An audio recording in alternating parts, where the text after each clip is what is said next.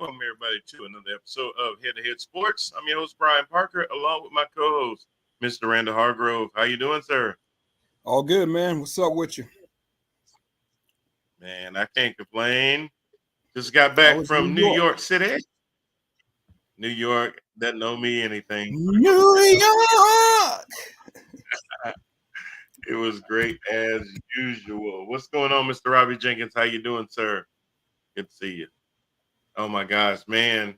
The only thing that could have been better, ran, is seeing the Yankees come all the way back on Saturday. They were a little bit short, um, but it was the atmosphere was crazy once John Carlo came in to pinch hit for I can't remember who he came in for now, but he came in and literally we were so close to where his almost grand slam went out. I could see that it was only that far from being 4 runs instead of 3, and we were just all like, Yeah, that's crazy. it was When we went, great. yeah, We we went to rocked see the that stadium. Yankees last year.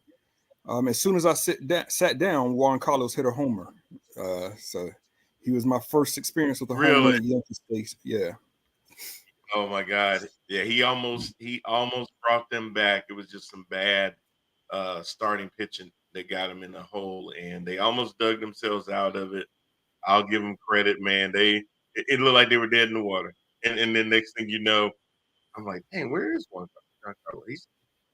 Oh, he ain't playing? Then all of a sudden he's pinch hitting, and I'm like, first pitch, bam! And I was like, oh, it's gone. It's gone. And it almost cleared. I was like, oh my God, it was literally that close. Um, and that would have we got a actually. we got a certified Yankee hater online, just in case you didn't know, Mr. Jenkins. Oh my gosh! So I went over on Sunday to our friends north of the Bronx. They always have a year round. I mean, a year ending cookout. So I just, after the game, I'm still pumped. I'm like, man, I need a new jersey. I need a new jersey. So I go to the Yankee store, get me a new Aaron Judge pinstripe. And I said, I'm gonna wear it tomorrow to the cookout. Man, why is that whole house full of Mets fans? Do you know the hell that I went through for like the next 4 hours? cover that Shoot, cover that logo up. They trying to put a towel over my logo, and real fans don't have no players' names on the back of their jerseys. I'm like, what's wrong with you people? all you had to say was 27, baby. Hey, I did, and they said, and how many of those did you buy? And I'm like, okay, well, if you're an owner, you're supposed to sit there and spend on your team, not be like Jerry Jones that don't. So, hey, these those damn Yankees. Absolutely, absolutely. Well, y'all, look, thank y'all for tuning in for another week of Head to Head Sports. It is finally here, y'all. No more preseason. No more trimming down your roster. You know, hopefully, no more holdouts. Even though we may have one or two still lingering. I know I saw in Reddick. I'm talking about you. Jamar Chase may be getting close. If y'all have heard in the last couple of hours if he's done something, I know he showed up at practice today and actually participated in some of the drills, but not sure if that means he's going to play on Sunday. That's hard for like a CD Lamb, Jamar Chase hadn't gotten any reps and think that they're going to do something on Sunday. So that'll be interesting to see. But guys, hopefully you've gotten all your fantasy drafts done. If you haven't, I don't know what the hell you're doing. But it is, Robbie. Yes, it is football time. It is here. We just had opening week of college football. Um, if you're a Clemson fan, I'm sorry. Hey, Mr. Parker, I'm coming for that championship in fantasy football, by the way. You're going to hand that thing over this year. I don't know. I felt really bad. Oh God, that's what they said. Anthony, you need to stop. Oh, that was the other thing that they told me when I brought up the 27 rings. They said they are the Cowboys of the MLB. How? I, We just had one in 2009. I said, listen, I will give you from a marketing standpoint, anybody that wears a ball cap, the most popular ball cap by far is the one with the NY on it. You don't have to live in New York. You don't have to root for New York, but the NY cap is probably the highest selling cap out there. I can't think of any other sports cap that somebody wear that no matter where you go, even overseas, you're going to see people wearing Yankees caps. Whether they even know it's tied to the Yankees or not, people like the NY cap because they think it's just New York, but it's actually a New York Yankees cap most of the time. Not just the NY, but the one that's actually the New York Yankees cap. Well, Robbie just sat there and vomited. I'm sorry, Robbie. Clean up on aisle 11. But so from that standpoint, yes. From championships, no, we ain't got to go back to when my daughter was first born to remember when the Yankees won the championship. No, sir. And literally, she was born in the same year that they won it, so she's never seen it happen. Yeah. And we've been to multiple American League championships since winning it in 2009. Unlike the Cowboys, who have not been to an NFC championship since 1996. So stop it. Which baffles me why they think the Super Bowl is the goal when, hey, how about an NFC championship game? Yeah. Can they get there? Can we get there? So we'll talk about all of that too. But yeah, y'all stop leaning on my Yankees so bad. We love the Yankees. So if that's my only flaw, then I'm proud of it. But we had college football season. Hell, I'm a North Carolina Tar Heel. I'm trying to figure out, damn, quarterback breaks his leg and goes down, first game of the year. So we'll see how the rest of that season is going to play out. But a lot of interesting things happen in college football this weekend. I'm sure a lot of betting has gone on for that. I'm sure a lot of betting will be in for tomorrow's game when the Ravens come to see the Chiefs in Kansas City. We've got a first game that's going to be in Brazil. That's going to be that's the Packers and the Packers playing in that game. Lord, I just saw it. Lord, my screen just changed on me. Oh, okay. The Packers and the Eagles will be in Brazil. So that's going to be an interesting game. It's going to be Friday at 8:15 p.m., but it will be played in Brazil. So that'll be interesting to see too, Rand. We got to wrap up. I'm sorry. Go ahead, brother. I was just going to say, this is my favorite time of the year, opening day of football. And what's so good about this is like we spend all of this off season with everybody having all of these hard opinions. Everybody's got this stance on Bryce. He didn't get the help. He had no line. He had no weapons. Okay, cool. Now he has a line. He has weapons. So now the bullets are going to fly for real, and we're going to see what's up come Sunday. Mm-hmm. I'm hearing the same stuff with what's his name from the old quarterback that the Carolina Panthers used to have, Sam Darnold. Yeah. Somebody's in the cooler talking about Sam Darnold has never had the help. He didn't have a line, didn't have weapons in New York. He didn't have this help and that help in Carolina, San Francisco. He never had an opportunity. Okay, cool, whatever. Come Sunday is his start. He has the best wide receiver in the game. We're going to see what's up. We're going to see what's up. Yeah, we're going to see. So Robbie said, commenting about the Cow bitches, how about a major playoff win for the Cow bitches? That'd be nice too. Anthony says Arch Manning from Texas is the truth. I didn't get to watch that one, but yeah, I bet he is. I mean, the pedigree, right? And then Anthony also says some players not liking playing in Brazil. Why? Dangerous. They better stay near the hotel. That's what I'm gonna say. Yeah, because you think them women be hanging out in front of NFL arenas trying to catch an NFL player or All-Star weekend?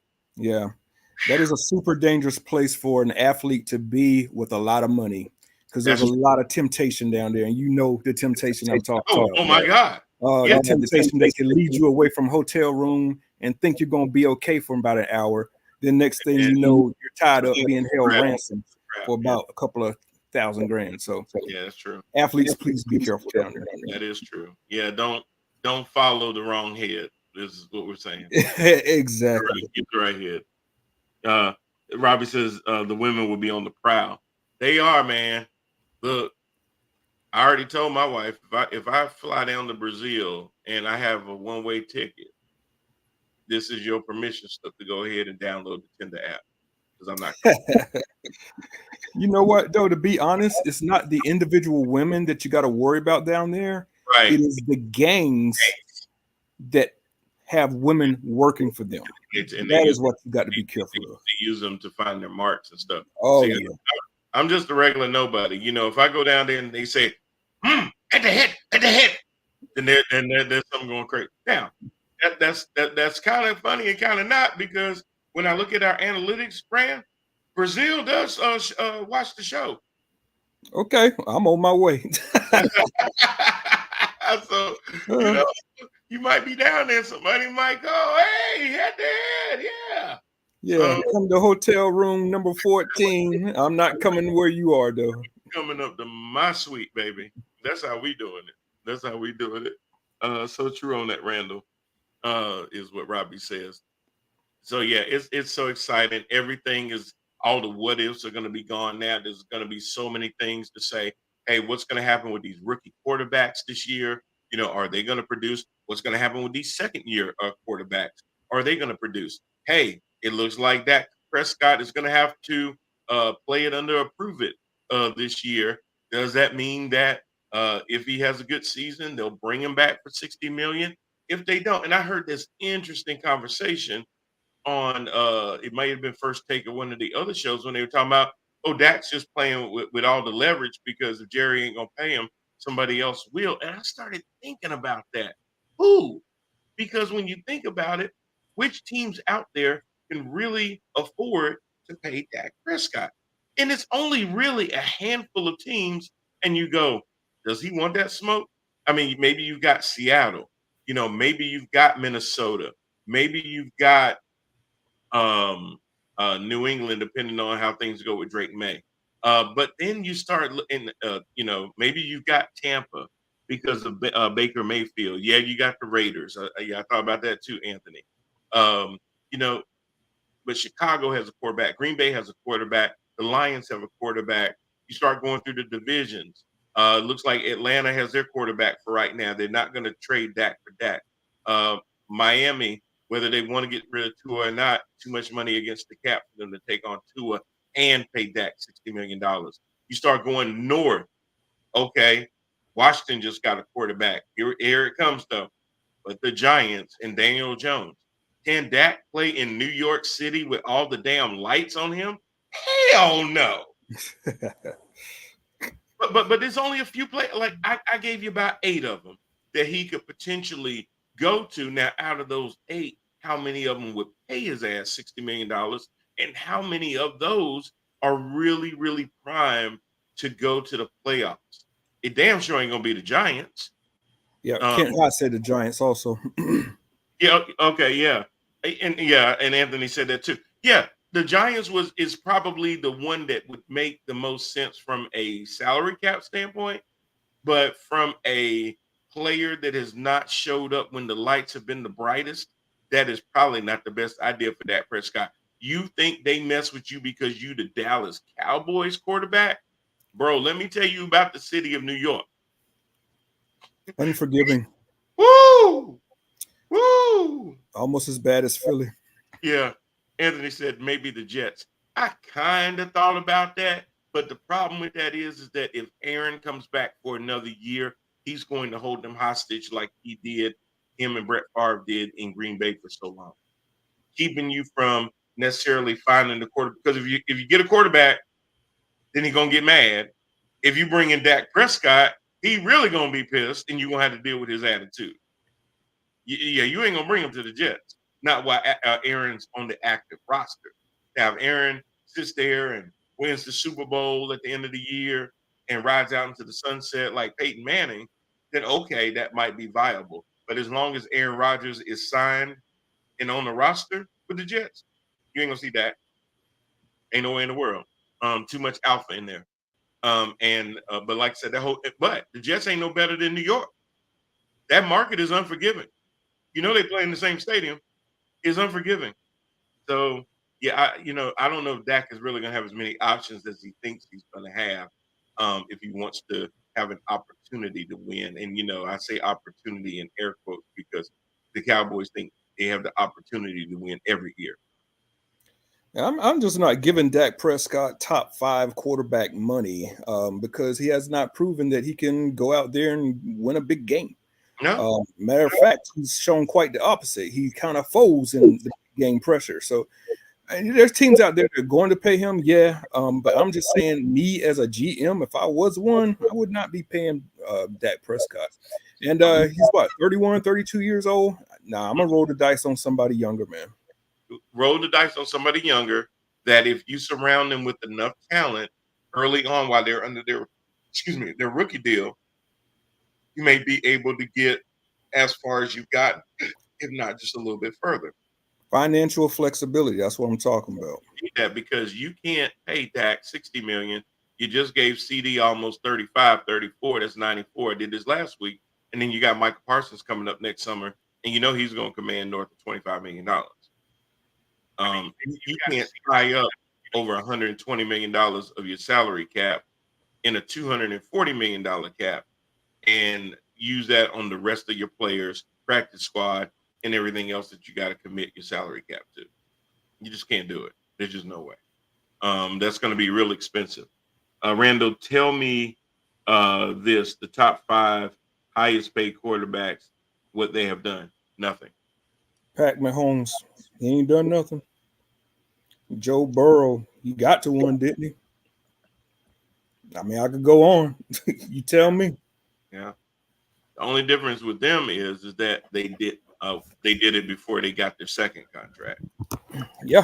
Even with Jalen Hurts was able to go far, but he was still playing on his rookie deal.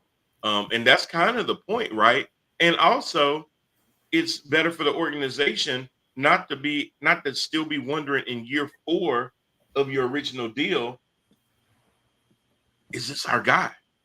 Exactly. Still questioning, do we need to pick up the 5th year or not? Is he our long-term solution? Or hey, when the next draft comes, maybe we don't get him in the first round, but maybe we draft a quarterback in the second round. We start thinking about that. Do we package some picks and move up in the first round? If we are in the first round, but because we're normally so successful, do we sit there and try to trade up so we can get one of those coveted quarterbacks? Because we still don't really know about this guy. And then if we end up in camp and we got 2 dudes that's a guy, now we got some trade equity and things like that. But you can't be waiting around till year 4 still trying to figure out if the guy you drafted is the guy. Especially in the first round. And first round, at least you get a 5th-year option. Anything past the first round, you only get 4 years. So you got to almost know by year 3 for some of your 2nd through 5th round starters. And by year 3, do I need this guy? Is this guy a game changer and that kind of thing? So, but yeah, you're right. When I see Dak, do I see him as a top 5 quarterback? No. But the way that these salaries have gone ran, it doesn't even for a lot of these players and these agents, it doesn't matter. For them, it's just next man up. It's okay. This is what this. Yeah, that's what it's going to next man up. So now it just reset every time. The market resets every single time, and it really shouldn't be that way because at some point it really should be based on what you've done and what I think you have the ability to do. Now, what Dak has proven the ability to do in 8 years is have 2 playoff wins. That ain't gonna do it. It's not gonna do it. He's playing for quote unquote America's team. Yeah, I see I see Anthony's comment here. Patrick is not a top 5 highest paid. Okay, cool. Let's go Trevor Lawrence. Since he had his deal most recently, Trevor Lawrence, young guy, still got a playoff victory. I mean, that in my category is nothing. I mean, it's not nothing. It's something. You pull up the list and we could go on. Yeah, that's what I'm doing right now. Because the thing with Patrick is he was, but he isn't because of the way he structured his deal. He structured his deal correctly. He signed a $450 million deal for 10 years. so his average was 45 million. But because of the way that he keeps giving them flexibility, because he'll liquidate some of his contract and turn it into a signing bonus. Now the problem with that though is you got to pay eventually, because then you start getting dead cap money that hits you on the back end of those years. So they'll have to restructure that deal well before those 5 years, I mean, those 10 years are over, because if you don't, his average salary will balloon to something crazy. Or actually by then, maybe, maybe he will, maybe that will be the going route. So maybe you don't have to do that. So there's a three-way tie for highest paid quarterback. Joe Burrow, Trevor Lawrence, and Jordan Love all come in at 55 million. Tua Tagovailoa. What was those names again? You got Jordan Love, Joe Burrow, and Trevor Lawrence. Playoff victory, playoff victory, playoff victory. In my category, that does not qualify as hadn't done nothing. And with Jordan Love, playoff victory against the Cowboys in his first full year starting. And all of those guys you just named, I believe, are still in their 20s. That is correct. Right up under that, and only like $1.9 million under that, you have Tua Tagovailoa at 53.1. And then you've got Jared Goff rounding out the top five at 53 million. NFC Championship caliber quarterback, Jared Goff. That's right. That does not qualify as they have not done nothing. They've done quite a lot in this league. Mm-hmm. And then directly under that, just to round out the top 10, you got Justin Herbert, Lamar Jackson, Jalen Hurts, Kyler Murray, which is ridiculous, and then Mr. Masagi himself. Mr. Masagi is still in top 10 paid, even though at the time he was the top paid because of what they gave him. It'll be what he does this year too.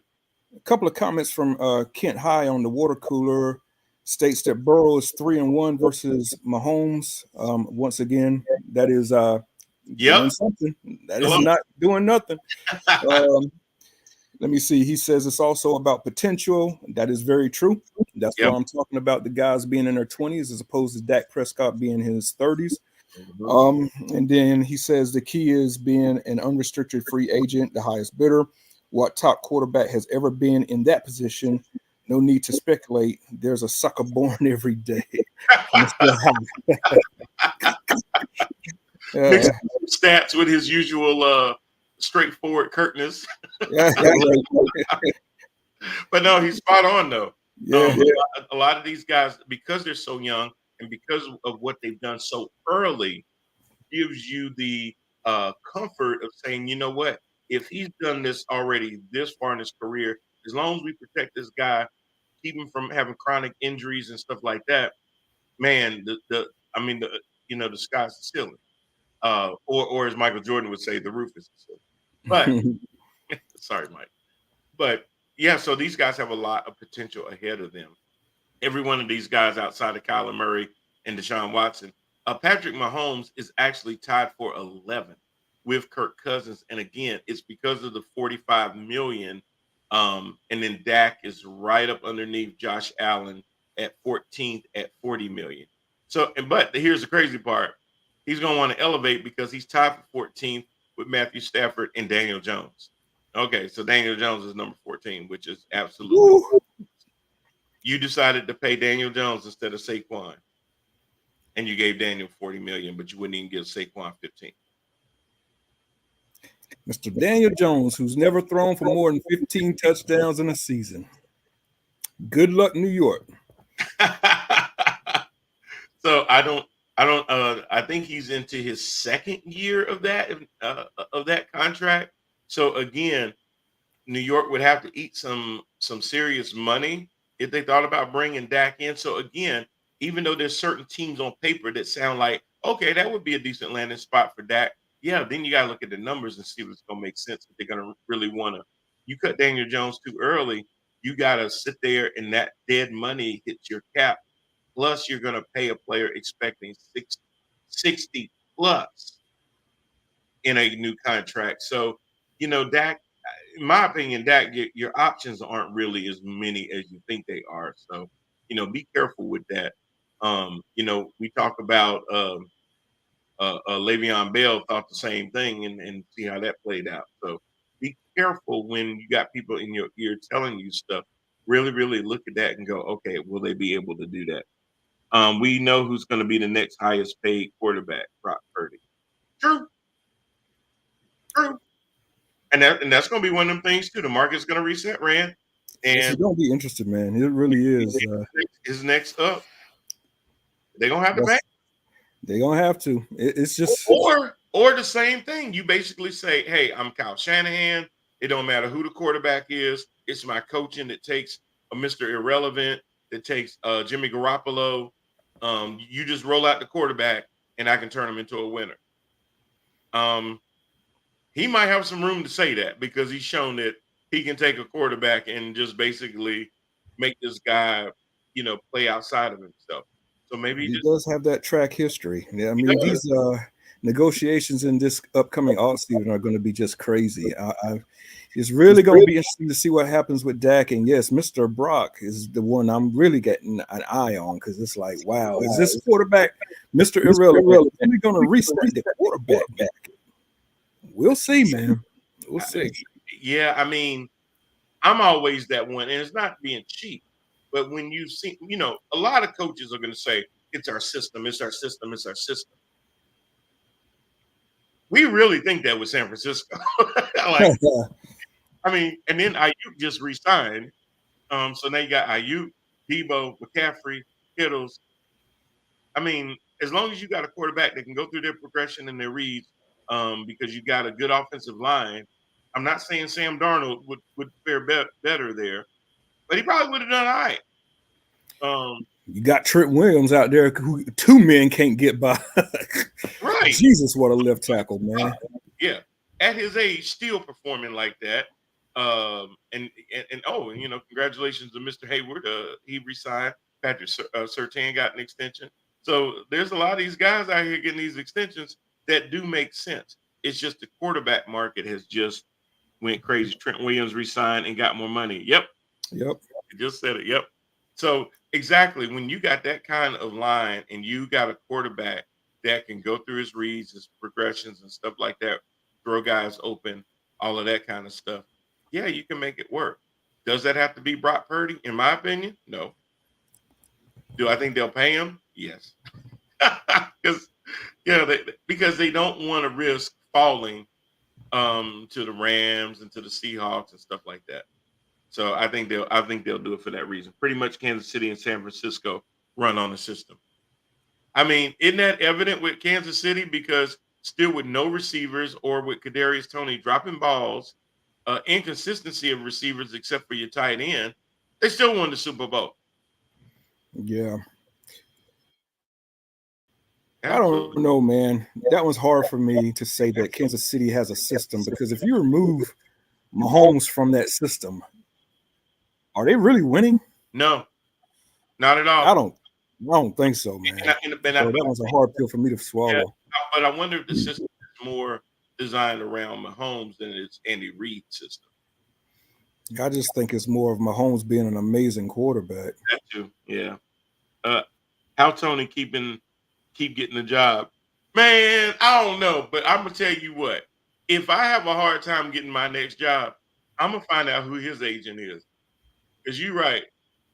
There's a lot of players like that. I wondered for years how Josh McCown and Jacoby Brissett and some of these other guys. Hell, for as long as we wondered how Geno Smith kept getting a job until he went to Seattle.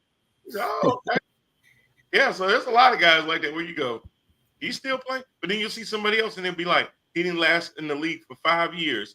But then you'll see other guys and you'll be like, damn, he got on another team. He didn't do nothing on the last one. Yeah, I know it's strange, man. Did And you, somebody pick up Tony? Is he still a free agent or he get signed? yeah, somebody let us know because I know he got released, but did Yeah, somebody that's how he's still a free agent. to the roster?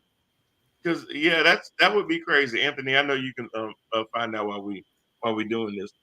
And Robbie said, "Thank you, Kansas City." LOL. Um, but yeah, so Rand, before we go any further, I missed out. We did our picks um, for all of the teams, how they're going to finish in their respective divisions. Somehow Yes. another, I missed your NFC West with San Francisco, Los Angeles, Seattle, and the Cardinals. I kind of thought you thought Seattle was going to come in last and the Cardinals were going to be third. That's what I got. Yep. I got Okay. San Francisco. I got the Rams coming in second. I got the Cardinals barely in third over Seattle, who I think is going to take a major step back this year. But we'll see, man. Yeah. Which basically gave the Rams second by default. Yeah. Yeah, I remember that now. Okay. So because what we're gonna do end up on this show doing is we're gonna give you guys our picks for the AFC and the NFC. So we've got 4 already locked in because we've already said who we believe is going to actually win the division. But then each team has 3 wild cards. This is where it gets tough in some ways because the AFC probably harder than the NFC to really come up with the 3 teams that we think are going to round out the playoffs in the respective conferences. Then we're going to basically then take those and come up with our Super Bowl prediction. Rand, let's not. I'm gonna go ahead and tell you who I got for the rounding out the AFC. Okay. Just as a reminder, I picked the Bengals to win the division. Rand picked the Ravens. I picked the Jets to win the AFC East. Rand picked the Jets as well. We both picked the Chiefs to take the AFC West. And for the AFC South, I took the Jags. Rand took the Texans. So to round out my 3 in the AFC, Rand, I have the Steelers, the Ravens, and the Texans. So I got 3 teams from the AFC North going to the playoffs again. Wait. I thought you had Pittsburgh coming in last in the North. Wait a minute. You're right. That can't be. Hold on. I must have typed that wrong. Let me double check. AFC. You're right. That can't be. That can't be true. I'm sorry. It's the doo-doos, not the Steelers. I'm sorry. You're right. Thank you for that catch. It's the Browns. It can't be the Steelers because I got them coming in last. Now that would mean that the Browns would actually end up having a better record than I thought. If it's not the Browns, you know what? I'm gonna make the audible right now. I'm not gonna say the Browns. I'm gonna say the Bills, because they have a better chance of actually rounding that out. So I don't think Miami's gonna make it. I think they're gonna do a lot of high scoring and stuff, but I think they're gonna lose a lot of big games, um, and the Bills will actually have a chance to win. Okay. So you got 4 division winners, which are? I got the Bengals, the Jets, the Chiefs, and the Jags. Then I've got the Bills, Ravens, and Texans. Bills, Ravens, Texans. Okay. So I got the Jets winning the East. Mm-hmm. Got Baltimore winning the North. I got Houston winning the South. And of course, Kansas City winning the West. Mm-hmm. My 3 wild cards are Buffalo, Miami. Of course, I got to say Pittsburgh. Okay. All right. That makes sense, though. So you're kind of rocking that with me that there is going to be a conference in the AFC that's going to produce 3 playoff teams, but instead of the North, you think it's going to come out of the East. I could see that happening only because if Miami gets to a hot start, if Waddle and Hill stay healthy and produce, if Achane really produces again, they have a formidable offense. I'm more worried about their defense and can they play in big games. What makes you think Ravens winning the division? Is that a question for me or for Brother B here? Yeah, because he first said that Kadarius hadn't signed yet, but he's visiting the Seahawks. And then he said, what makes you think that the Ravens are going to win the division? So, I mean, the defense for the Ravens is always there, right? The head coaching for the Ravens is excellent. You look at their track record, they're always there. They may not do much in the playoffs, but they usually get there. They're always there. They had a very sound running game last year. Now you add a Derrick Henry in the mix. their run game is going to be incredible. Um, Mark Andrews, they lost to injury last year, but that just helped them develop another tight end. So now they have two, Isaiah Likely. Likely and Andrews. They're loaded, man. And I hate to admit it because I cannot stand Baltimore, but I got to keep it real. They are loaded. They're offensively stacked. They got a great offensive line. Their defensive line is no joke. They are capable of stopping the run, very good against the pass. You know, you asked me my reasons. There you have it. That's a bunch Yeah, of them. it's a great reason. Even though I picked the Bengals, it wouldn't surprise me if the Ravens won. It's real, but you know what? It's really going to come down to Lamar. You Oh, know, no doubt. No we doubt. we can dress it up any other way, and everything else is really going to come down to Lamar, his comfortability with the system, him uh, giving a lot more of the run duties. If you have a Derrick Henry in the backfield and that DB on the other side see that big massive man, and every time Lamar turns to hand it off, you gotta wonder if Henry got the ball or if Lamar still got the ball. Dude, do you know what a difficult decision that is for a linebacker to make? Do you know that you will pause and you got to make sure that you see what you're seeing? Yeah. Because if you don't, Power's going to kill you on the inside of that decision, and then speed is going to murder you on the outside of it. murder. Somebody hitting their head on the goalpost. I'm just telling you. Having Now, hit back there, I'm a yeah, Steelers fan, man, so I'm hoping this doesn't work out. I'm praying that Derrick Henry loses a step. I'm praying that he becomes fragile. I'm praying that he just, overnight loses those superpowers he has. I'm praying that Lamar Jackson somehow just, is just falling off the map as far as his talent too, and just loses all his speed. But I got to keep it real, man. I don't think so. that's a lot of prayer. That's a lot of prayer. That's a lot of prayer, some Hail Marys and overs in your ass. Oh, there's a lot going on there. So, I agree with you. They're set up. The only reason that I didn't pick him to win is because I don't trust Lamar. Now he might finally prove to me that he is worthy of being trusted. I've just seen him do so many things during the regular season that don't uh, translate to anything in the playoffs, and it's just like it's so disappointing because everything else is already there. So I'll be honest. If I could trust Lamar, do I trust Joe Burrow more than I trust Lamar? Yes. Yeah. It basically came down to that. It came down to, do I think that Joe Burrow will sit there and trust his skill position players, that he will make timely throws and he will keep the ball out of harm's way more so than Lamar? Lamar proved to me when he got to the playoffs, he was going to say, I know our running got us to the playoffs, but we're not going to run no more. I'm going to start throwing in the triple coverage. Now, whether you say that, Brian, how you know the coach didn't call that play? Look, you're a quarterback.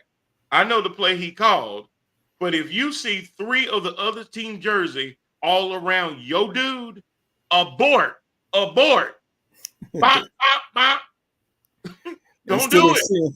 Instead of seeing a board, he sees a big old bullseye. I think I can fit it in there. I can do it. I think I can do it. I'm the one that throws the footballs into the little basket. I can do it. Hey, Kent High agrees with you. He says let me back up. Kent High says, imagine a healthy Burrow with a great O-line, Yep. that pocket presence and supreme confidence. Joe Cool. I Yep. feel you, B. Yep. Yeah. I mean, until Lamar proves me wrong, otherwise, I'm gonna see them as a team that can really, really run it up in the regular season and then just flame out all of a sudden on it. So he may, if he proves me wrong, great. Only thing I'm gonna say is about time. Hey, y'all come for me and hit me up on social. See, what you say now? What you say now? This is what I'm gonna say. About time. Yeah. Damn, the rest of the team been waiting for you. The whole city of Baltimore been waiting for you. So yeah, my but I do have those expectations for him. I just don't know when it's finally going to turn on or not. So that's who we got for the AFC. We got a lot of similar picks in here. Just a few little tweaks here and there. Really think if the Jets, if Aaron Rodgers can play pass 4 snaps, they got a really, really good chance of securing the AFC East. I don't really see where the Bills made any improvements. I see they lost Stephon, and I just don't think that you can just replace that. I feel like that puts even more on Josh Allen. And Josh Allen to me is a 50-50 guy. He does a lot of great things, and then he does a lot of head scratching things too. And it just frustrates you. Or he'll take too many chances with that ball, constantly running. He cannot continue to take all those hits, Fran. You're gonna have to have some skilled players out there to make him feel like he doesn't have to run. Man, if I was a Buffalo fan, I would feel extremely lucky for the amount of times this dude has run and he hasn't been injured yet. I Right. mean, like Cam Newton was the same size, maybe even a little bigger, and they still beat up Cam. So Right. it's like, as a Buffalo fan, y'all got to be like extremely fortunate that ain't nothing happened to Burrow. You got a damn tight end playing I'm quarterback. telling you. Yeah. He's an end all day, every day. So, but like we already talked about with Buffalo, I think their window is closed. If they don't get that number 1 seed, which I don't think they'll get, it's going to be hard for them to win 3 games in a row. To get here. I just don't see it. I see somebody I don't see it either. If they don't have home field advantage at Orchard Park, it's a wrap for them, in my opinion. They need that number. If they don't get that, because remember, guys, in the old days, it used to be the 1 and 2 seed that we get the first week bye. Now the number 2 has to go into the opening round of the playoffs. So only the 1 seeds get that first round bye. Anthony says Lamar Jackson lose weight. That's scary to get injured from a big hit. Did he lose weight? Lamar Jackson? He was skinny enough as it was. And Anthony he lost weight. That I don't know. I think he got to bulk up. I saw Trevor Lawrence on the thing today, and dude is jacked. I wish I had a picture of him. Dude's jacked. I mean, he's swole. That's all I can say. I saw Trevor Lawrence, and I'm going, good God. Martina Navratilova been hitting the weight room, huh? Oh no! Oh gosh! Yeah. Brent, I gotta be more ready when you do that. It's late, but I gotta give that one to you. Got him. We fucking got him. Yeah, that's definitely a true. I love that clip, man. I'm sitting here looking through Buffalo's roster. Not only did they lose Diggs, they also lost their number 2 guy. Remember Gabe Davis? Gabe, made a bunch of big plays. He's now in Jacksonville, man. So, yeah. I just see them taking a step back. Yeah, me too. All right, let's look at your NFC. So we both picked the Lions out of the NFC North. Yep. We both picked the Eagles out of the NFC East. And we both picked the 49ers out of the NFC West. The only one that we had a slight tick on, and again, like I said, I can see why you picked the Atlanta Falcons. I picked the Tampa Bay Buccaneers only because I need to see, number 1, what the addition of Kirk Cousins is going to do for Atlanta. It's going to give you a steadier hand at quarterback. I agree with that, with Drake London and some of those other guys out there, and even your tight end that hadn't really been able to do a lot because of the poor quarterbacks. I'm really, really wanting to see the impact that he's going to have there as well. The defense is good. So I give it to you. I totally get but I want to see what Bijan is going to be able to do this year. Like I said, he started out really fast and just kind of flamed out a little bit, and they kind of went back and forth between him and Algier. So we'll really see if he takes on that one role, or if they're going to just stay with a 2-back system and maybe use one more for third downs and that kind of thing. Or they may swap in and out different series. I saw Minnesota do that last year, where one back ran this series, then the next series they came out, it was the other running back. I would. I mean, you got somebody that's dynamic like Bijan coming out the backfield who could literally break your ankle on the edges. Whew. And then why not change it up with Algier, who could like bulldoze you over? So I definitely would use them both. Yeah, use them both. My God. and then take some of that wear and tear off both of them and keep them around even longer. So, Exactly. That's work with Pittsburgh as far as their running back Warren. He's like their little scat back. yep. You know? And that takes the place of Najee and just saves his legs some. So It reminds me they Warren and Harris remind me more like of Stewart and D'Angelo. D'Angelo. Yeah, Yeah. yeah. I was just like that's what that kind of reminds me of back in the day. So yeah, use that two-back system. It really does work. It's hard on the fantasy people because they don't know who's going to end up with more snaps. I get that. Or hey, this one guy sat there and kept driving the ball all the way down the field, and they bring in the other guy, and he runs in and gets the touchdown on you. Oh yeah. Your fantasy points. I get that part. I do. I used to hate that playing fantasy, man. Yes. I would see that all the time, and I'd just be like, I'll tell you who used to do it a lot to me, Kansas City, because I would have Clyde Edwards-Helaire, and then I would have you got from Pittsburgh that was there for the longest. Had the heart issue. I'm forgetting. Connor. It would be something like I think that's what it was. It was Connor, and it was before Pacheco. No, James Conner's only been in Pittsburgh and Arizona. Okay, I'm sorry. Yeah. It was Pacheco then. It was Pacheco. Pacheco would do a lot of the work, and then they would bring in Clyde Edwards-Helaire, and he'd get a touchdown. I'm like, yeah, that reminds me of when I had what's this? Fast Willie Parker. You remember Fast Willie Parker for Pittsburgh back in the day? Sir. Yes, sir. So he'd go up and down the field, right? And I had him on my fantasy, and then they'd take him out in goal line situations, and Bettis would slam up there and get the touchdown, get all the points. There was one particular game, and you could look this up. Bettis's line was, I think, four rushes for 1 yard and 3 touchdowns. It's what? I remember that. Like that. I remember that. Yes. He said, and then he says Lamar is around 205. Losing weight will make him more of a running. I predicted Lamar will have more rushing yards, but Henry will have more touchdowns. I hope not.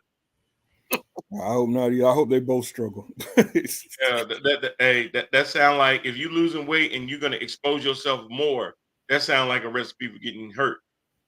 Yeah, for real, man. Yeah, they need to limit his exposures. I mean, look, I always believe in quarterbacks being able to run, but run as a design play or run because you got to live is two different reasons to run. Because running to live. that's a good one. Yeah, because some of the quarterbacks that are running to live cease looking downfield because now they've just decided fight or flight. I'm gone. Now there are some running backs that they do bootlegs, they do stuff like that. They step up in the pocket. The defense is giving them a whole lot of running space, and they got room for it. 5-6 yard run without being touched, and they can slide. Then that's one thing. Or they say, hey, you know what? I haven't passed the line of scrimmage yet. I can still push this ball downfield, bought my receiver a little bit of extra time. Those are good instances of that. But when you're running because you got Myles Garrett coming around the edge, you got right. You got the Watt brothers, or you got a Bosa coming around the edge. Yeah, and it's time to go. Hey, that's a whole different kind of running. You say running for your life, I always get a picture of Kyler Murray because he's like perfect example, man. When he's running, he literally looks like he's running to save his life. All you see is this big old helmet and these little leggings. Oh my God. But that's all he's doing. He's like trying to survive because he knows I don't want to be RG3. I don't want to be Johnny Manziel. I don't want to be Mike Vick and take that hit and get that rib injury. And he's had a major injury now. So that's going to mind a lot of time. His clock is probably going to tick even faster. So anyway, we got 3 of our conferences. I got the Bucks, you got the Falcons. Yep. Like I said, I could see that going either way. But now to round out my 3, and this was a little harder because I really, really think that if Caleb Williams can get on the same page with his receivers and running backs, Chicago has a really good chance. I just don't think it's enough this year for them to get to the playoffs.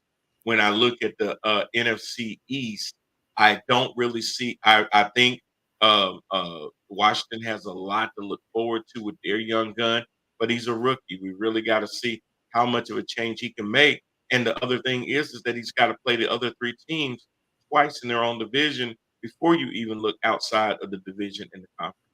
So I really couldn't give it to them, the Giants. Let's not even laugh at that one. I really think the NFC South is really going to come down to one team making the NFC South. Um, you got to win your division. If you don't, I think you're putting yourself. I think you can have a winning record. I think there could be a 9-8 team that doesn't make the playoffs in the NFC South. You got to win your division. You're gonna have to win 11 games. Yeah. And I don't see the second place team winning 11 games. I see them winning 10 or 9, and that being a decent season for them, but not enough to get them in the playoffs. Especially when you have a strong West where you already got the 49ers. If the Rams can get it together with some of their skilled players out there, which I think they can, they've got a great running back. They got a great receiver. Cooper Kupp is healthy. He's a year removed from injury, so I really look for him to come back to form. So I got the Rams as one of those playoff teams. When you talk about the NFC North, I got the Lions winning, but man, the Packers are right there. I could see them flip-flopping, just depending. So whether it's the Lions winning the division or being the wild card, or the Packers winning the division or being the wild card, I got both the Lions and the Packers in the playoffs. And then I know what you're gonna say about that face. Just say by default, and we'll both feel better about it. Yeah, by default. That's all I can say. By default, that's what I got, man. And we're very close. We're very, very close. The only difference we got in all of that is just I got Atlanta winning the South as opposed to Tampa winning the South. Mm-hmm. And everything else is the exact same. I got Dallas by default. Excuse me while I puke. And I also have Green Bay and LA just because I think that they're very talented offensively. Wow. That's pretty good. That's pretty good. So out of all of the ones, the only one we had differently is the Bucks and the Falcons. Yeah. Yeah, that's pretty. But you know what that also tells me too, Rand? That means that once again, the AFC is going to be the harder conference to really predict because it's just so strong. Yeah, no doubt. The NFC is still coming up a little short. Robbie says Panthers will win 5 games. LOL, I'm calling it. No, y'all said that bull crap last year. And when I said we're going to win 2 games, oh, come on, B. Oh, they ain't going to be that bad. Okay, with your 5. I hear you. I assume you're talking about on Madden. I play with them on Madden all the time. I whipped the Cowboys' ass the other day. I had like 80-something points, but, hey, that's why it was Madden. Man, it's you speaking of praying and hoping and wishing. I'm praying for the Panthers, man. I really am. I want them to do good. But I want to prove me wrong. Just keeping it real, man. Bryce, you know what I'm saying, B? I just can't believe in him, man. And I want to. Look, I want to. If Bryce Young turns into just this wonder quarterback this year, it's going to make me wonder which year was the fluke. Because last year he couldn't have played any worse than he did. This year, if he plays out of his mind, I don't know whether to give Canales all the credit for that or just to say it just clicked for him, or, sometimes you just have those out-of-body experiences and you can't explain it. But by the end of the season, you're still going to wonder, do I trust the guy I just saw or the one I saw in the first year? Yeah. So then you're going into year 3, still not really knowing who you got. Now, if he stinks it up again this year, pretty much you got a really good sample size that he's garbage. And you know what, man? I hope they don't continue to run him out there, say if the Panthers go 0-4, right? Or Mhm. 0-5, and he Yeah. looks horrible, the Panthers are scoring like 12, 13 points a game. And they You don't want to cannot bring continue with that train wreck. You can't. You got to make a move. And You got to make a move. Rand, I said this about the Panthers last year, and it's still true. As good as Tampa and Atlanta are, the easiest division to win is the NFC South. Yes, it was laid out for him last year. It was laid out. It was, you could literally take an 8-9 team and get to the damn playoffs in the NFC South, where if you were in any other division, you would get laughed out. There's no way. It's still that way to a point. Can you do 8-9? No. Will you have to get in the double digits? More than likely, unless Baker turns back to old Baker and start throwing picks and stuff, start getting his balls batted down at the line of scrimmage. So we'll see what Dave Canales not being in Tampa, what effect that has on Baker Mayfield. We'll see. We'll see if, yes, Chris Godwin and Mike Evans have been sure-handed receivers, and Mike Evans for a long time. Is age going to start creeping up? These guys sometimes will age very quickly overnight. Yeah. Robbie says, agreed, Randall. And Anthony says, I believe in Bo Nix sending Denver to the playoffs. Then Bryce Young winning six. Then Bryce Young winning 6 games. I believe in Bo Nix sending Denver to the playoffs. Well, yeah, you don't believe, because that ain't gonna happen.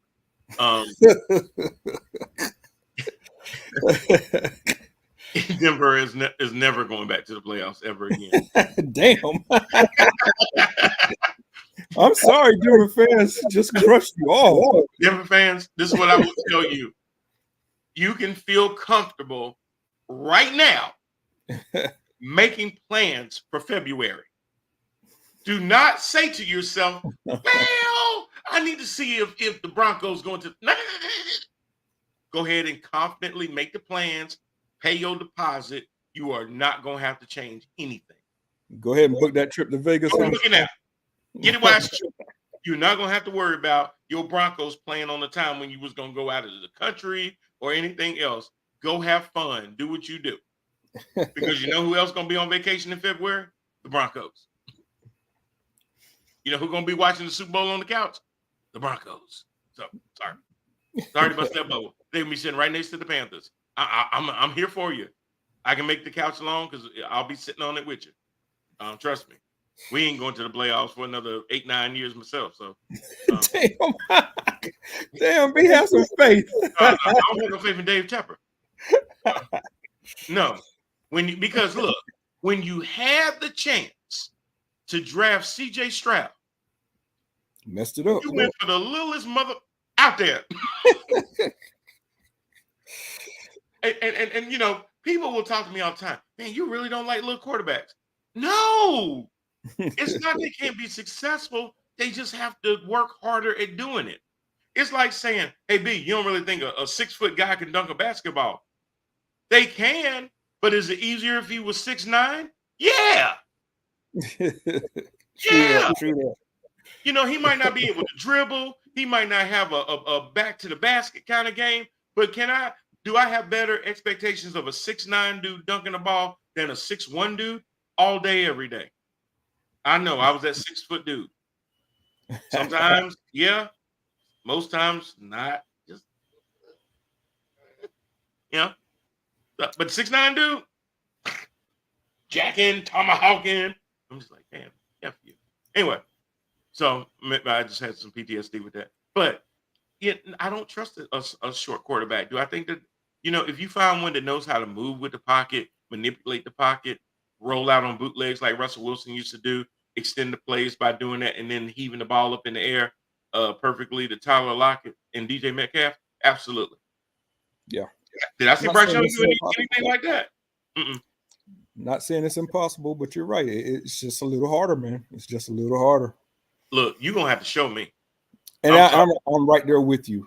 I'm right there with you. Like, I had all this hope for Carolina last year.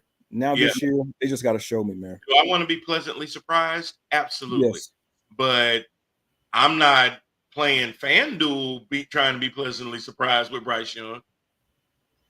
I ain't gonna do that. Hey, you see, I didn't pick them up for fantasy, so And nobody did.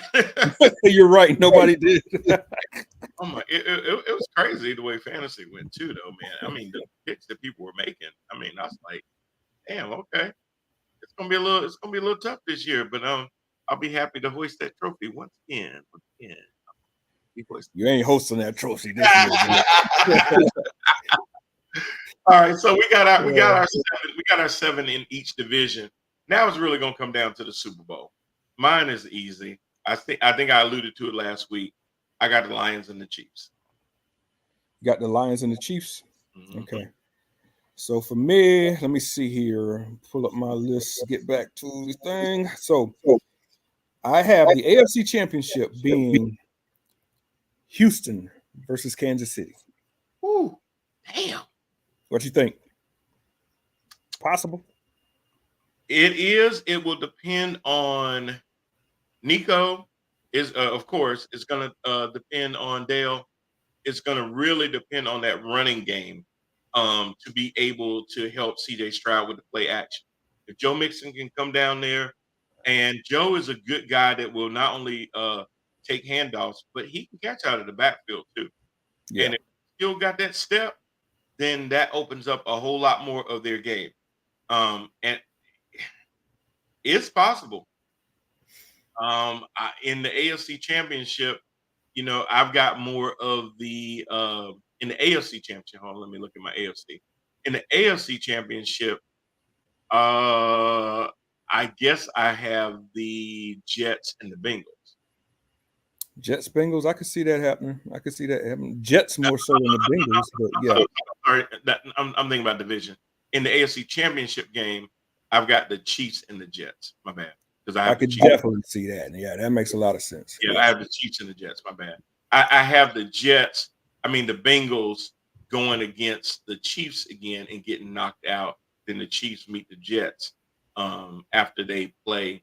God, I guess it'd have to either be the Jags or the Texans. I can see the Texans getting up to it, but it ended up being the Chiefs winning the AFC. And for that, I'm with you. The winner of the AFC Championship, Houston versus Kansas City. I got Kansas City. Mhm. Now, when I look at the NFC, and I'm looking at the Lions, I see, of course, I see a rematch. I see the Lions and the 49ers in the NFC Championship game. And I just feel like this time, that defense from Detroit is really going to do it. And keep Brock Purdy ordinary, keep Debo Samuel, if he's not hurt by then, under wraps a little bit. And they're going to double team the hell out of IU. And George Kittle ain't going to give you enough yards down the field. And I think Detroit is going to really pull it out. Now they were up, and you don't sound crazy with this because they were up 24-7 in the NFC Championship last year. If anybody forgot about that, they just young team. They didn't know how to close it out. So I guess you're banking on this young team gathering that experience from last year, taking it on to this year, and then going all the way. I could see that. Yes, sir. For me, my NFC Championship. Brown and Gibbs, another year. Another year, Brown and Gibbs.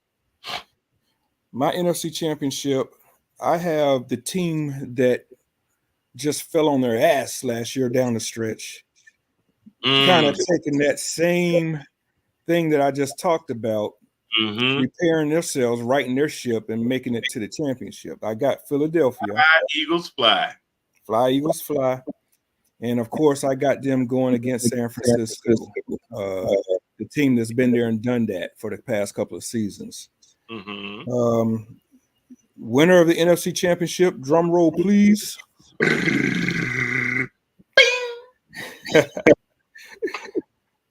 That's pretty good, man. You won't be in one of my bands. I knew you were going to say that. I have San Francisco going to the Super Bowl. 49ers going back. Yeah. Any you feel froggy about making the Super Bowl prediction? Look, every time I say Kansas City can't do something, they end up freaking doing it. So until I see otherwise, I'm gonna say Kansas City, man. They're gonna be the first to win 3 consecutive. Now, I learned early on in my life as a person that watched football to never bet against Tom Brady. Every time I did, that son of a gun would bite me in the ass. Patrick Mahomes took over that mantle. And anytime you sit there and go, you know what? They don't have no weapons. Tyreek went to Miami. Um, you know, Kelsey is getting older. All these different things. You go, okay. And sometimes they would play from behind, or they're playing down to their competition, and you would go, oh my God, the Chiefs ain't gonna do it this year. And then they do it. And then the lesson learned is don't bet against Patrick Mahomes. Telling you. So even with all of that said, I'm betting against Patrick Mahomes this time. And I hope you're right too, because I'm sick of Patrick Mahomes and the Chiefs, man. As much as history would be waiting for them to win 3 straight Super Bowls, it's hard. It's so the hard. fact that I got you going back to the Super Bowl for the 3rd in a row to have the chance. That's hard. There's a lot of teams, y'all, that once they win the Super Bowl one year, sometimes they don't even make it to the playoffs the next year. Yeah, that's definitely a thing. So the fact that I can say, I believe that out of 32 teams, the team that's been the Super Bowl champion the last 2 years has more than a hell of a chance of getting back to the Super Bowl is crazy, even after we just alluded to the fact that the AFC is one of the toughest conferences to pick. But, man, I think there's some dogs in that Motor City. Boy, I think that city is waiting. I think them players are hungry. You got a head coach that is Tanya Hardin's daddy that want to bust some kneecaps. If y'all know who Tanya Hardin is, and I just dated myself, there's Google. But I really think that Motown is going to ready for a party. Do it. I think they are. Danielle Wiggins, how you doing, darling? So I really think that, man, it could be the Lions' year. And Cowboy fans, if they win and y'all ain't won nothing, again, Mike McCarthy, I am a licensed realtor in the state of North Carolina. It's a great place to move to. You're going to have some time on your hands in the off season. Bring the wife down. I'll show y'all around. It's a great area to sit there and retire. Yeah, retire, bro. Don't be trying to pick up no jobs with the Carolina Panthers. Yeah. I don't even want you doing the Bill Belichick and going into the booth this year. That's going to be interesting. Speaking of which, Tom Brady goes into the booth this weekend as well for the first time, so that'll be interesting.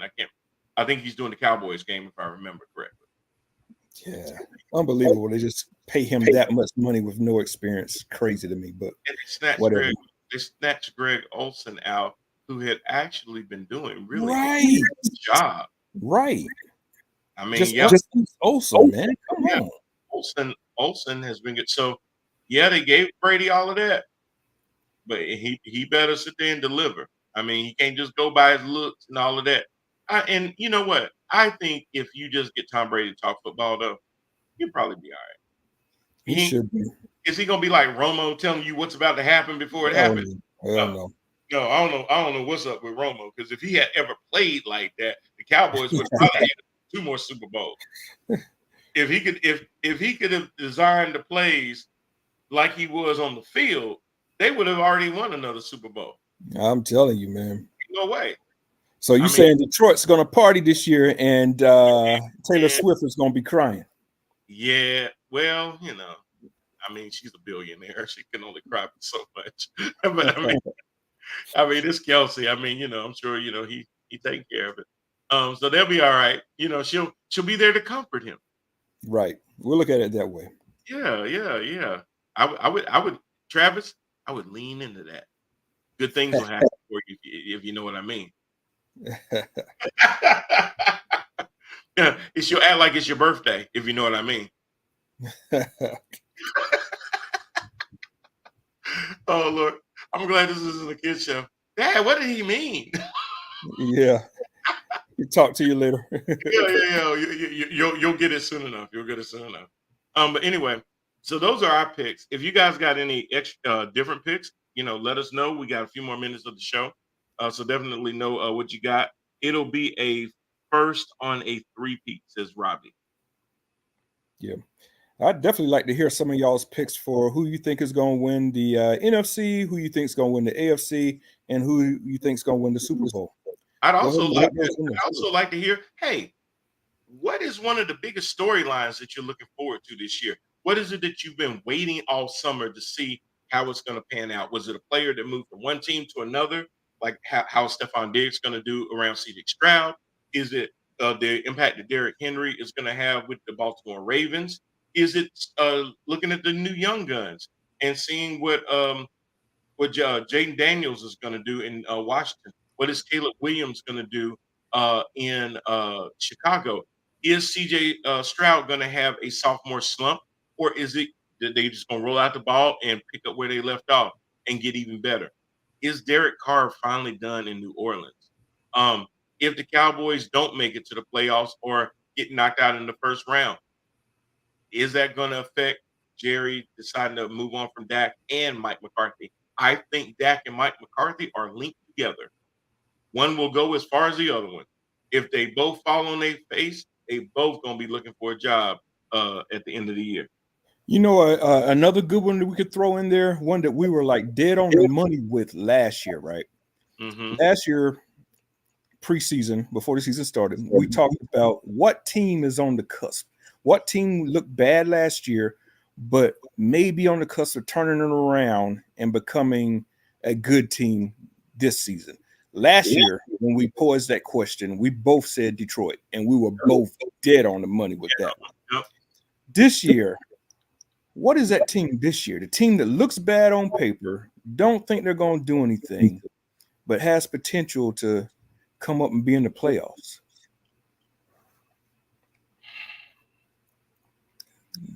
These are always hard ones. If I had to guess that team, I could say Anthony. Hell no.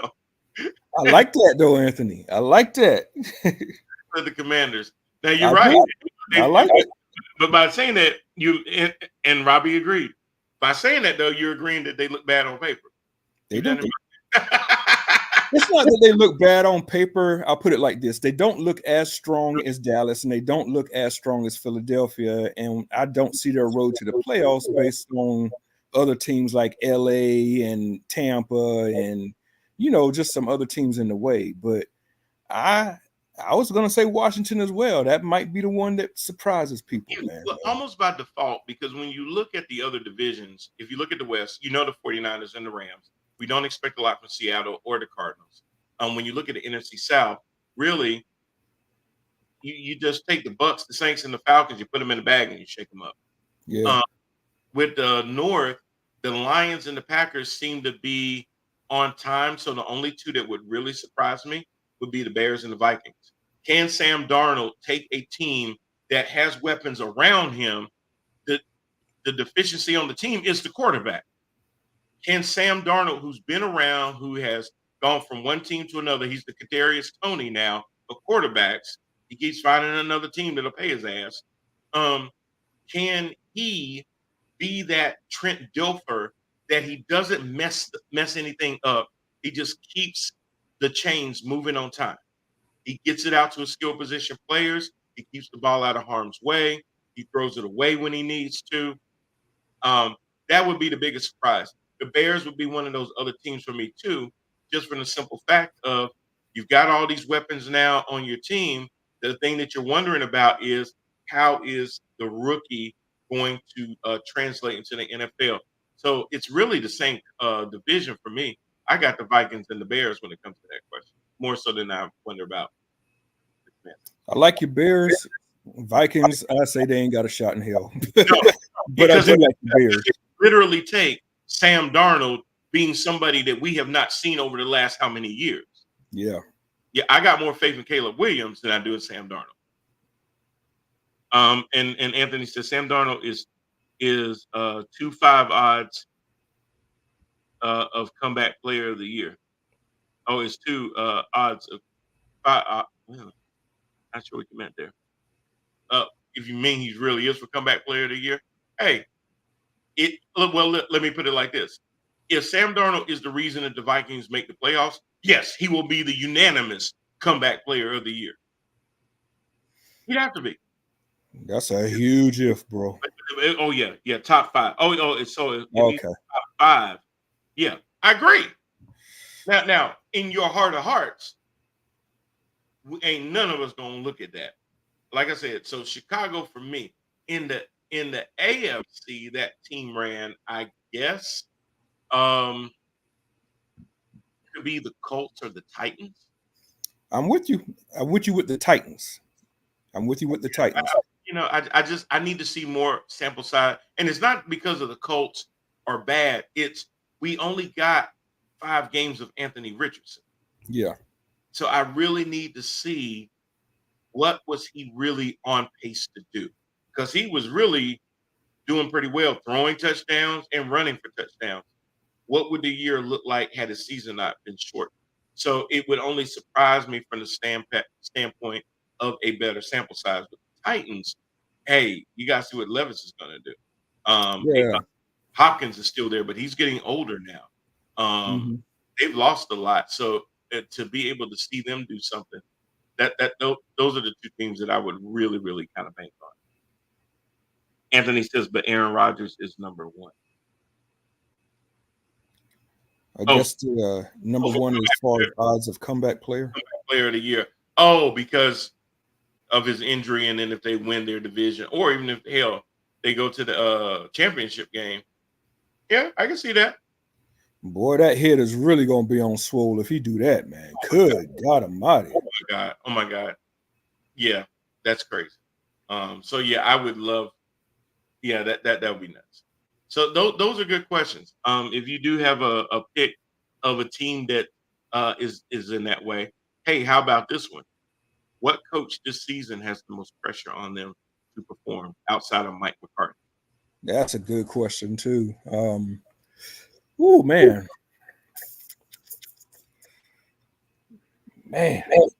Okay, let me ask this one first. Okay. Which coach has the most highest expectations on them? Not that they would put them in the hot seat, but would that has the most expectations because of either who they are or the team that they're coming in to take over? Anthony just put in a good one. Saints coach Dennis Allen. He is definitely going to be on the hot seat. Hot he seat. doesn't put it off. Good one. I'm thinking of a coach with the most potential. I already got mine. I don't know, man. I kind of think maybe Detroit's coach. You know, he's got all these expectations of continue on from last year. So if he falls flat on his face, it's gonna be a horrible look.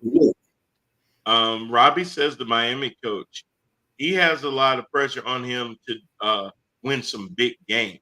He does. Yeah, he definitely does. I'm gonna tell you who I thought about having some pressure on him, even though he's coming from college. He's taking over a team that has a top 10 quarterback, one of the highest paid quarterbacks, but every year they just seem to can't get out of their own way. And we're going all the way over to the West Coast. That's going to be one Harbaugh. Harbaugh, yeah. And whether he likes it or not, the expectations from the fans is going to be unreal because they saw Staley. They knew he needed to go. But now you're coming in. Robbie says, "Our bitch." But think about I got my answer. I thought about it. Okay, who you got? We could stay in the West. Okay. The coach with the biggest expectations and probably the one that's also on the hot seat because of all the decisions that he's made. Running Russell Payton. I mean, running Russell Wilson up out of Denver. Sean Payton all day. Taking over the payroll, taking over decision makings, personnel. Sean Payton, man. Living off that clout from the Saints. He Yep, basically pulling the Mike McCarthy. He had Yep. a Super Bowl ring and he showed it to Jerry. Hey, Jerry. Oh, yeah, you're going to be my coach. Yep. Come on over here, Mike. Come on, Mike. Yeah. Wanting all this power. Yeah, that's a good one because we've done all of this for you. You said if we do this and this and this, and ain't none of it panned out. And you made us get rid of Russell Wilson and take on all this cap dead money. $90 million of dead cap space. That's Sean Payton's decision, man. So Anthony said, and I'm kind of with you, Anthony, and kind of not, but I see why you would say that. He brings up Brian Dable. Nobody said the Giants head coach on the hot seat. It's burning. I think it's burning more from New York fans than an organization. That's kind of why I'm with you and I'm not. Should it be burning? I mean, damn, Daniel Jones is your quarterback. It don't matter what else you got out there. Yeah, and he didn't make that decision to keep Daniel Jones. That's the GM, right? Yeah. And the GM also did not bring in right after Gettleson left, I believe. I don't think Gettleson did that one. But a lot of their decisions have come from the GM. I could see if they have a underperforming season that the GM get gone. Yeah, I could definitely see that. But I think they really like Brian Dable. I do too. I just think that he's been dealt a really bad hand. Now, at some point, though, they ain't gonna really care what you're dealing with. They're gonna expect you to make some two of diamonds and the jokers. So at some point, they're gonna say, "I'm sorry." Yeah, and I think the same, just not this year though. They've not given them too many tools to work with down there. Exactly. When you look at the rest of the conference too, when you say, "Okay, what have we done that would put us in a position to surpass the Eagles and the Cowboys?" I mean, when you go into the season and you basically playing for third, I mean, you really haven't done a lot. What can the expectations be on the coach when you go into the season playing for third? It's like the Panthers; they play for fourth every year. They go in here knowing that, hey, we keeping the bottom of we have one job, and that's to keep the bottom of this division held up. That's some really strong shoulders they got. They should be applauded for that. Nobody can stay at the bottom as good as the Carolina Panthers can.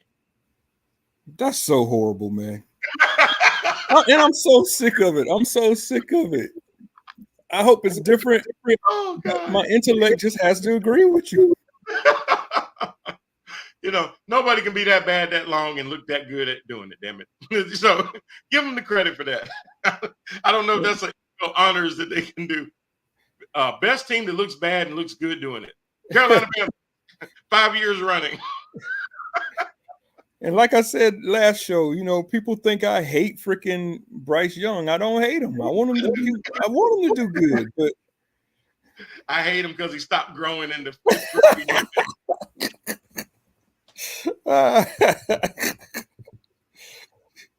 damn, B, you cold. I'm sorry. You know what? I got to because let's see. What we got? I got this one. Got him. We fucking got him. Oh, but I also have oh, that's gonna hurt. And then of course. Damn! Oh God. Damn, that was lethal. I made myself cry. And, well, if you're a Carolina Panthers fan, you should always have nachos, beer, and the other. I hope it's different, Carolina, but damn. Mm-mm. Go ahead and get you some of those. Tell your wife that you need 6 hours after for the Panthers game, 2 hours to watch that crap, and 4 hours to sit there and stop crying. That should do it for you, y'all. It has been a pleasure. Oh, we got games coming up this week. Yes, sir. How about them games, Rand? Let's run through them real quick before we jump off. We've got the game tomorrow between the Chiefs and the Ravens. Who you got? Never bet against Mahomes. Same. They're only a 3-point favorite, which is crazy. I think it's going to be a little bit bigger than that. I don't think it's going to be a 3-point game. I think it's going to be at least a Then you got the Eagles and the Packers on Friday um, in Brazil. Dang, I want to bet against my Eagles. I think the Packers going to take that, which all the Cowboy fans can celebrate now. But I think the Packers win that game. It's not a home game for either one, even though I believe the Eagles are considered the home team for that game. Yeah, just everybody, please stay in the hotel, please. I don't want to read about it. Yeah, about players missing, didn't report to the stadium on time and stuff like that. Panthers play the Saints. It's their first game. They're playing in New Orleans. I'm going to say New Orleans. My money goes on New Orleans. You got the Vikings and the Giants. Vikings and the Giants. And it's going to be played at MetLife. I actually think the Giants will win this game against the Vikings. I think Jefferson may have a decent game, but I think the Giants are going to, as long as the game stays close, I think the Giants win the game. If the Giants have to play from behind, then the Vikings will win. Yeah. That's a straight up, that's an evil one for me. I don't know. Coin flip. Let's go Giants. Yeah, Bengals, Pats. I'll give it to the Bengals. They're at home. Joe Burrow's healthy. Jacoby Brissett's the system quarterback. You got your Steelers in Atlanta. I'm going Pittsburgh. I know you are, and I actually am too. I'm all in with the Steelers on this one. I think they're going to do enough to disrupt the Falcons. You got the Texans and the Colts. Man, we got some division games on day one. Texans and the Colts. I think the Texans are still, even though they're going in the Indy, I think they're going to get the better of them. Same. I got the Texans. Cardinals, Bills. I got the Bills winning that. It's in New York, and the Cardinals are still the Cardinals. Yep, Bills can take that one, but not too many more. Right, exactly. They better take this one. They better. Yeah. The Bears and the Titans. I've got the Bears actually beating out the Titans, because the Titans are really loaded. Man, they got some really good close games this week one. They playing. Hey, check this one out. The Miami teams. You got Jacksonville and Miami. In Miami. Yeah. Another good one. Yeah. I mean, that could be a sling fest. That could be both quarterbacks over 350 yards passing. Yeah. Game. I guess I'll go with Miami because they're the home team, but I can see the Jaguars winning that game just easily. Facts. You got the Broncos and the Seahawks. God, it's called the shit bowl. God, I'll go with the Hawks because they're at home and they got the 12th man. That's all I got. Oh God. Chargers and the Raiders. I gotta believe that Harbaugh's first game at home is going to be that game where he tries to make a statement. I'm back. I'm in the NFL. Do something about it. I don't know how you feel about that one, but I think the Chargers are going to be great. Kudos. Plus, you got Gardner Minshew and Aiden McDonald fighting it out for quarterback, and they gave it to Uncle Rico. So we'll see how that goes. Kudos to the NFL for putting so many games just about even, man. Then you got the Cowboys going to Cleveland to face Mr. Masagi and the Doo-Doos. I hear that Dak has already asked Deshaun Watson for a list of Instagram massage therapists. Better not have. You don't want to trust his list. No, because they know Dak about to get paid, so yeah, they might come for him too. You got the Commanders going down to Tampa to face the Bucks. Sorry, Anthony. It's going to be the Bucks on this one. I think with the defense, even though Shaq Barrett, some of them other guys are gone and stuff now down in that defense, I still think they're going to be very opportunistic and pick off Jaden at least 2. I can see that happening. I don't see them having an answer for Godwin and Mike Evans running around that field. Here's another good one. This is the Stafford Golf Bowl, the Rams and the Lions. This is going to be your Sunday night 8:20 primetime game, Rams and the Lions. That's going to be a game. Classic. 30-27, 34-31 type game. Yes. I'm going with the Lions because it's in Detroit. I'm going to give them the heads up. And I think every time Jared Goff plays against the Rams, he has a chip on his shoulder, as he should. And then lastly, the Monday night game. Let me see. Anthony said, at least my quarterback can see over his line. You need to stop. It's too soon. Oh, God. Oh, Robbie said Panthers pressure Carr and pull the upset. LOL. I'm here for it. Hey, that'd be nice. Yep, I'm here for it. I want to see what Arrow's defense is going to do. Or do they just sit back, or are they really aggressive? If it depends on how much pressure you get up front, right? It's always about getting that front four pressure without having to dial up a bunch of blitzes and move other guys around. So it depends. And Anthony said, is Nick Sirianni on the hot seat? If they collapse like they did last year, yes. And what you really need to see out of the Eagles is not how they do well when they win. How do they respond when they lose? Because they didn't respond well when they started losing last year. They spiraled out of control. So there was definitely something wrong with that locker room. Yeah, that spiral better not continue this season. Like the Eagles starting off like 1-6 or something like that, and it's not going to look good for him. Yeah, he might not make it to the end of the season if that. Yeah. Now that's facts. They might pull a Frank Wright. Too much talent down there, man. Yeah, exactly. And then your Monday night game ran 8:15 Monday night. He might not want to do this because last seen he playing Monday Night Football, he only lasted 4 plays. But you will have the oldest quarterback against one of the youngest quarterbacks, 49ers, Jets, Levi Stadium, San Fran. Be there, be square. Rodgers, don't run out with the flag this year. Bad juju. Bad juju. This is going to be a hard one, but I think traveling from one side to the other does put a little toll on you. 49ers getting that home cooked food all the way up until that game. I'm going to have to give it to the Niners. I think the Jets are going to show everybody why the AFC East should be scared, but I don't think this is the game that's going to do it. Nah. Nope. So that's a lot, y'all. We ran over just a little bit, but I wanted to make sure we got our picks in. Y'all let us know. Continue in the chats. Like, share, subscribe. Let everybody else know about the show. We will definitely be doing it again all week. All week during the season, all the way up until the Super Bowl and the week after the Super Bowl. We're here for it. Can't wait for it. Y'all enjoy these games. Like Rand said, these are some knockout games that the NFL is bringing us in week 1. Here for it. Y'all have a good one. We'll see y'all again next week.